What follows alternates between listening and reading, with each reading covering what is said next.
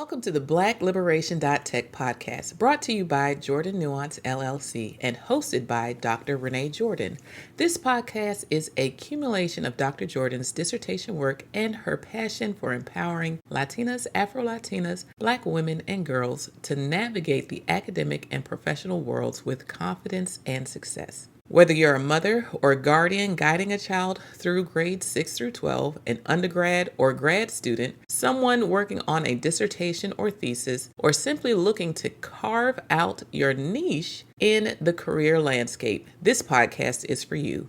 Each episode, Dr. Jordan shares her story, offers invaluable advice, and provides practical coaching to help you thrive in school, work, and beyond. Join our community on patreon.com/BlackLiberationTech and become a member for as low as $5 per month. As a member, you'll gain exclusive access to live recordings, impromptu academic and career coaching, and a network of like-minded individuals committed to mutual support and success. You're also welcome to follow Black Liberation Tech on YouTube, Instagram, Facebook, TikTok, and LinkedIn, or Black Lib Tech on X, formerly known as Twitter. Visit black-liberation.tech for even more information on Dr. Jordan's adventure in Inglés o Español. Tune in, get inspired, and let's embark on this journey together. Welcome to black-liberation.tech, where your success story begins. Hello, everyone, and welcome back to another episode of the black-liberation.tech podcast. I am your host, Dr. Renee Jordan,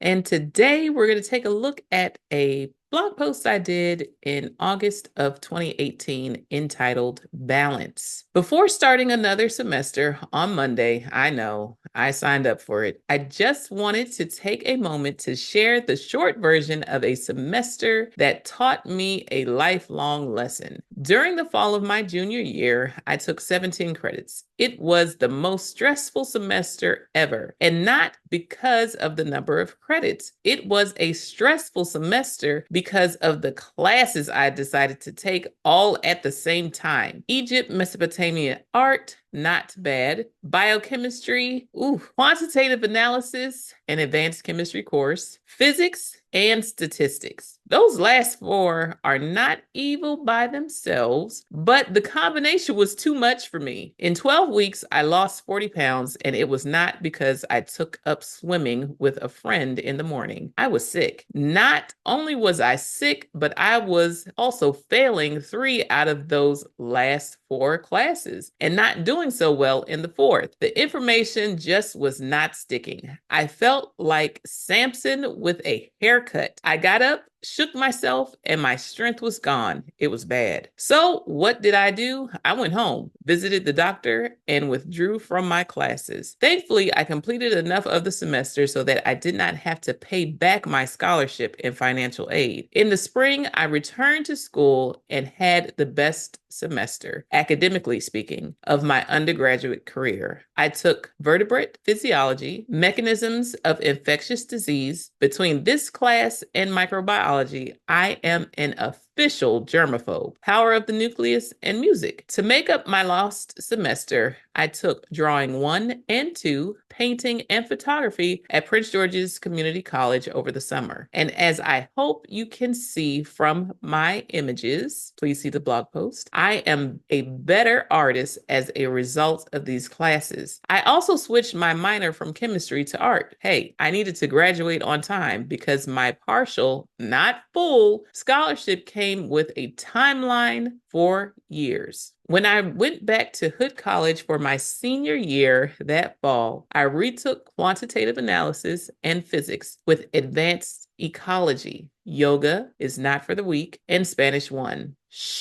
I already had 4.5 years of Spanish before college, but that was 4 years earlier. With this combination of classes, I did much better in quant and physics. As a biology teacher, I had to teach a unit in biochemistry. When my students and I explored this unit, we had a few labs. As a result of teaching myself as I prepared for my students, I have a much better hold on this subject matter. For some reason, biochemistry biochemistry did not have a lab in undergrad. At least the version taught by the biology department did not have a lab. On the other hand, the chemistry department had a lab with the first section of biochemistry. Perhaps that might have been a part of the missing link in my previous learning of the topic.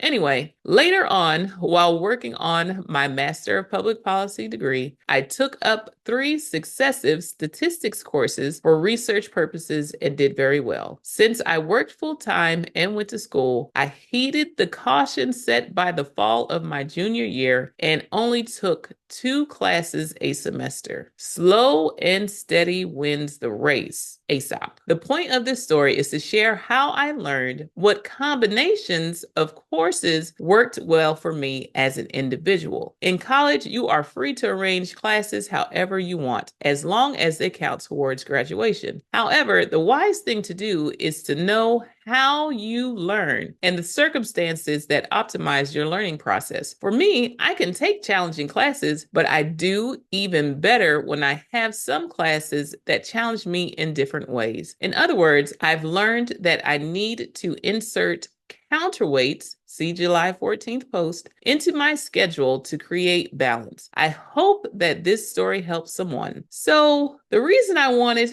to revisit this blog was because it was indeed a life lesson that I still am mindful of today. So it's important when you are in college, in high school, well, middle school, they kind of schedule your classes for you. But whenever you have a chance to pick and choose what classes to take, think about how those work together for you. Some people can just go at it. They've had exposure and opportunities that allow them to get into those harder classes and take them at a rate that is higher than others because they've had practice doing such things beforehand, and you just weren't there to see their practice. Now, others might need to work their way up. It's not to say that you will not have challenging semesters, meaning classes that are just challenging in the same discipline because that is your major. But while you have a chance, you might want to think about how you can ease yourself into challenging semesters. So if you're a freshman, think about those general education classes that you need to take. How can you balance the general education classes against your major classes? Now, this is not to say that general education classes are easy. That's not always the case. But think about those classes and be mindful of your major so that you're not working the same part of your brain so much during the same semester. Listen to me and try and follow. So if I am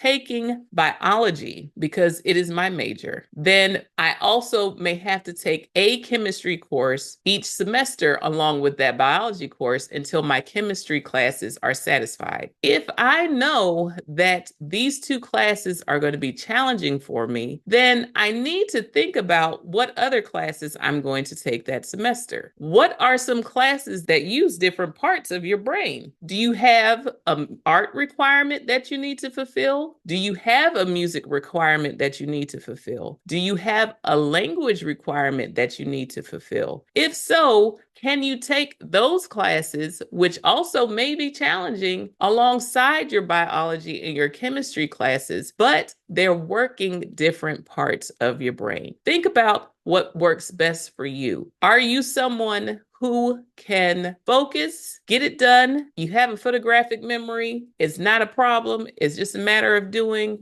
Okay, fine. That's great for you. But for some of us who need to be careful about the combination of classes that we take at one time, think about what it is you're setting yourself up for and set yourself up for success. Now, the other thing I wanted to point out was the semester was so stressful that I got sick. It wasn't because I was ill. It was because I became sick. I was stressed out to the point that I actually became sick. I'm not someone who has a chronic illness and therefore had to work through school with a chronic illness. I was someone who became sick because of the level of stress I was under in order to do well in these classes that were very challenging and required me to use the same parts of my brain for extended periods of time. So I got sick. One of my friends noticed and said something and said, "Hey, Renee, this doesn't quite look right and you don't seem to be yourself. Maybe you should go to the doctor." Now, those were thoughts that I had, but one of my friends who observed and paid enough attention to me noticed that I wasn't quite myself and perhaps should seek medical help. Keep in mind, as biology majors, we were all gunning for medical school, and this person actually became an immunologist and was recognized by Hood College as a distinguished alumni at my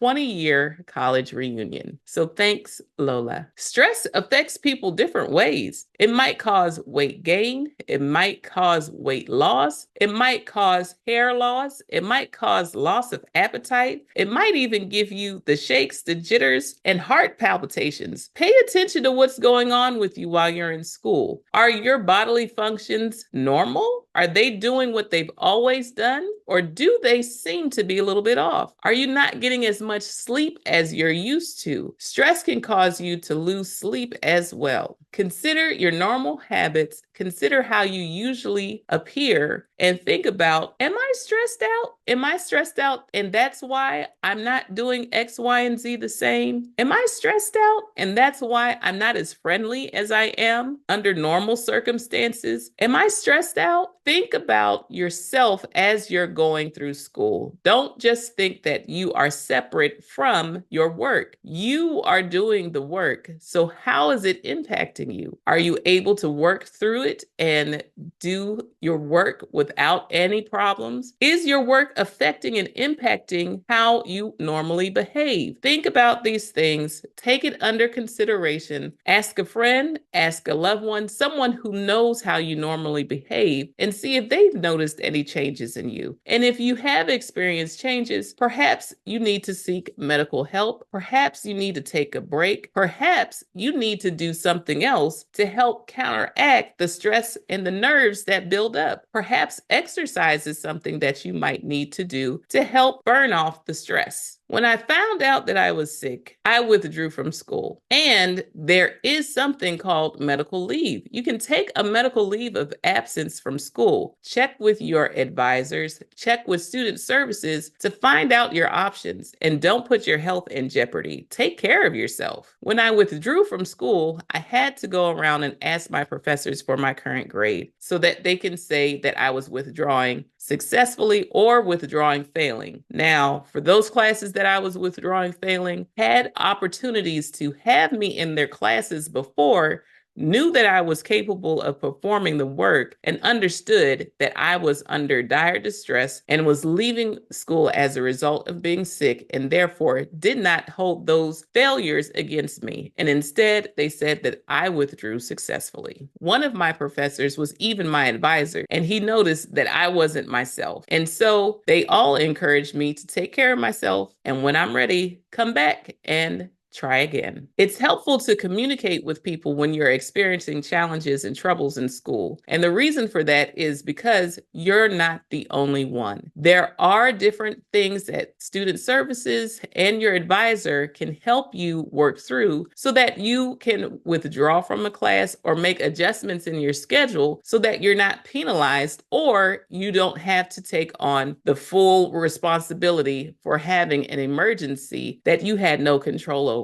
It's important to be self-aware and to adapt to situations and circumstances that arise in life. And the reason for that is because life happens to everyone. Hopefully, you're able to get through school without any problems. Easy peasy. Not necessarily that the work is easy, but without any extraneous circumstances, emergencies, or family emergencies. But sometimes it happens. And it's okay to check in with yourself and say, you know what?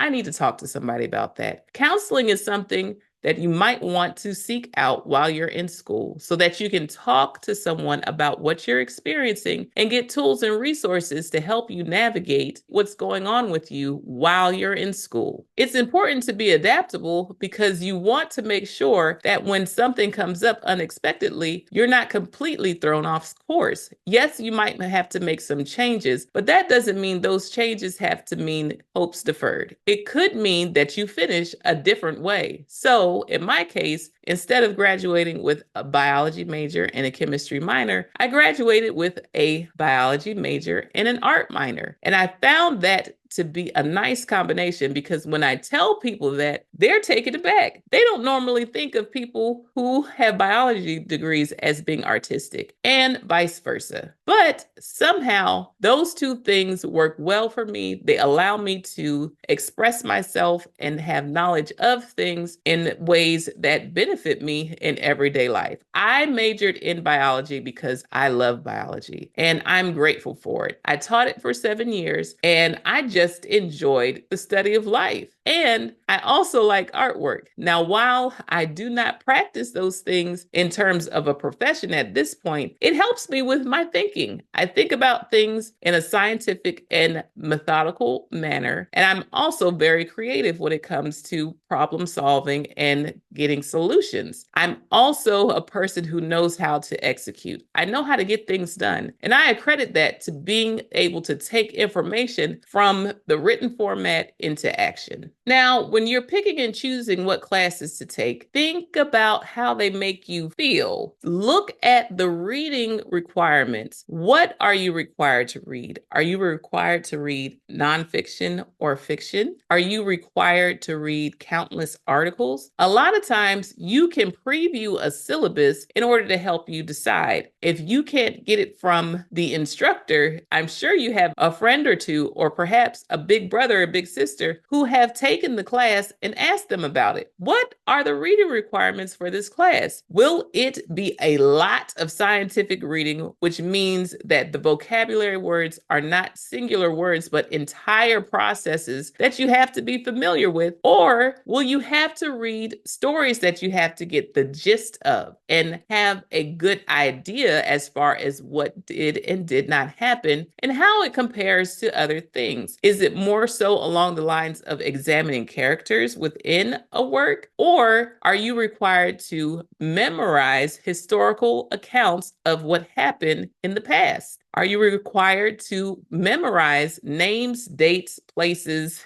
and timelines? Are you required to know a series of events and know who played a part in what? These things are a little different from each other, and they can affect you differently if you're considering them all in one semester. Think about your classes as a buffet. What do you want to put on your plate? A lot of the same thing or a nice mix? What can that nice mix offer you that having a lot of the same thing cannot? If you're going to a liberal arts school, chances are they are going to require you to take a look at many different disciplines to help you become a well-rounded individual. As a result of going to a liberal arts school, I'm able to have conversations with people from different disciplines and cite things that are controversial as well as interesting among them so that I can have a good conversation. This came in handy as an instructional technologist where I had to work with faculty from all across the college. It also helps me to be someone who can hold conversations outside of work and outside of school with different people in order to explore their interests, share mine, and show interest in what they have to say. If you're a science major, think about taking some art classes as counterweights to your science classes. In addition to photography, drawing, and painting,